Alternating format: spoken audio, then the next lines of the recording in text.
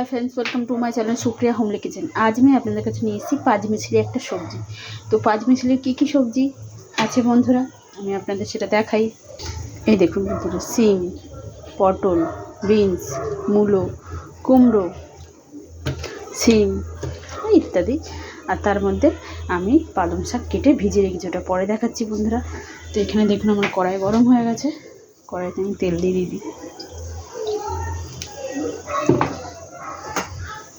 5 ফোড়ন, শুকনো লঙ্কা, তেজপাতা দিয়ে দিলাম।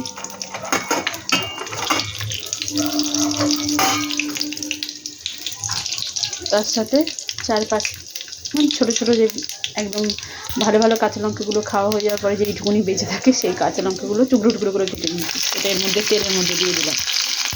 দিয়ে এটাকে নেড়ে চেড়ে ভেজে ফিরছি। তো দেখুন বন্ধুরা, আমার ভাজা ভেজে ভেজে হয়ে গেছে, পাঁচফোড়ন থেকে গন্ধও বেরোচ্ছে সুন্দর। এই সময় আমি এগুলো দিয়ে দিই।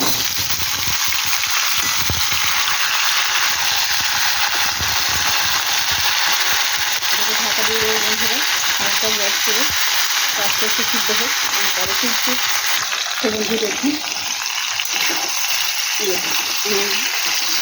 সবজি থেকে যে এক্সট্রা জলটা ছিল সেটা টেনে নিয়েছে।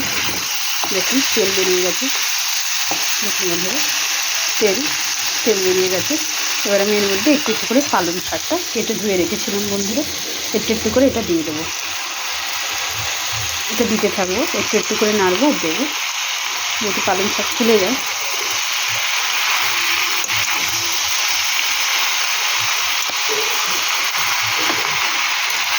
তো এইভাবে পালং শাকগুলো দিয়ে ফিরছি। তো বন্ধুরা দেখুন, একে একে সব এই শাকগুলো দিয়ে দিয়েছি। এবার আমি স্বাদ মতো নুন দিয়ে দিলাম, টেস্ট করে আবার দেবো পরে।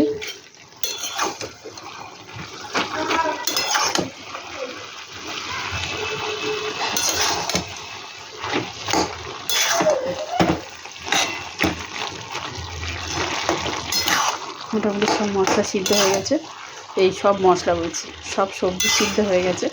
এবার আমি এর মধ্যে একটু মশলাগুলো দিয়ে দিই।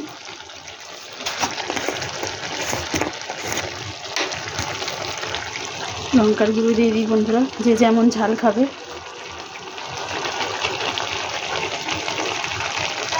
লঙ্কার গুঁড়ো দিলাম,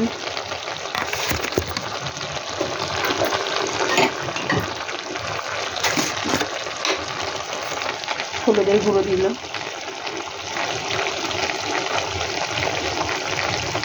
এক চামচ মতো হলুদের দিলাম, হাফ চামচ মতো লঙ্কা দিয়ে এটাকে নাড়াচাড়া করি বন্ধুরা।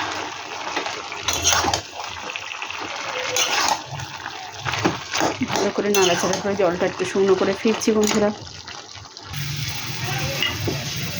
সেই